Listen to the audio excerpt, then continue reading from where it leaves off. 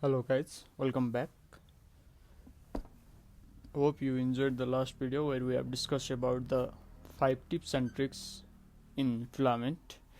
So now in this video also I am going to give you a tip. So in this video we are going to discuss about how we can generate dynamic slug from a title field automatically, right?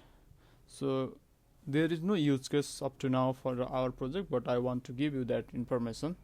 So for now what I will do is I will just add a slug field in our category table, right, so that I can show you that part. Let me just run the migration file. Let me create first, make migration. Let's say slug on categories,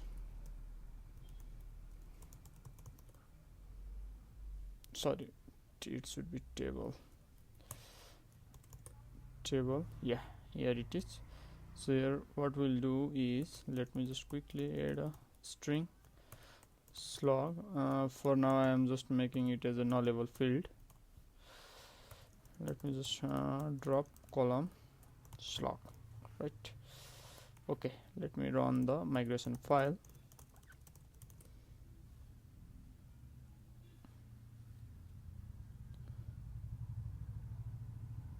Okay, what I did here, unexpected token table drop column.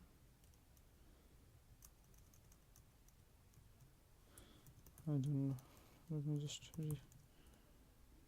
okay, it should be in array, but I think it should take a single value too. I don't know. Oh, I think yeah, okay, let me run migration file. That's it. So now first of all what I will do is, let us first add the slug field on our table as well as on our form field. Okay, let me go to category resource, here forms components, text input, make slug. Let me just say it is a slug. And similarly in after name I'll just add here make slug, sorry, label, that's a slug. Okay, I don't have the slug for these three categories because they are the old ones. So also if you want any default value you can use the default, right? So this may be also come in handy. Okay, perfect. So now whenever we are generating a slug like this, let's say any slug, then it should automatically generate the slug field here. That is what our aim for today's video. So for that I also written an article where you will find the code, right? Here I have created the title and slug field and you can check it here. So for that what we'll do is we can have one field here after, sorry, I will just change the one method after state updated. So now after state updated means whenever the state is updated for this field, this method will be called. So what we can do is we can just get let's say set, right, and then the current state, let's say state. Okay, so with set what we can do is we can just call let's say which field we want to set slug field, and then we need to pass the slug here.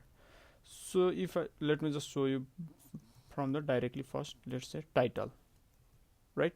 What I have done, whenever its name is updated, let me zoom in if you haven't seen it clearly. Okay, whenever the name is entered, this method is called and it will just add that name to the slug field. It's not the original slug, we have to make it as a slug, but let's check for now, right? Hello. Okay, it did not work. So for that to work, first we need to add reactive. Hello, now you can see hello. Hello code daily. So you can see here I am not able to hello code daily.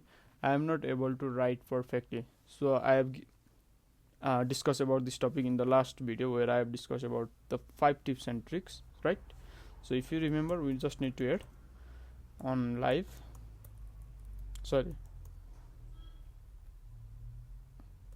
and on blur true. Now if I now refresh this, hello from FRM from code DA code del. Now if I remove it, then this will come. Now we need to make it slug. So for that we don't need to worry. There is a method in the string, so we have the string class, right? And we can generate the slug like this, right?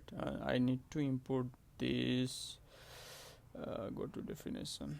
Okay, let me just use here illuminate support str. So we have the helper function, right? That will automatically create the slug field, and we can also pass the separator, but we need default is dash, right?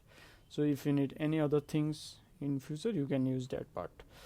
So it is the default one, so there is no necessary for using it. Now I will just add slug.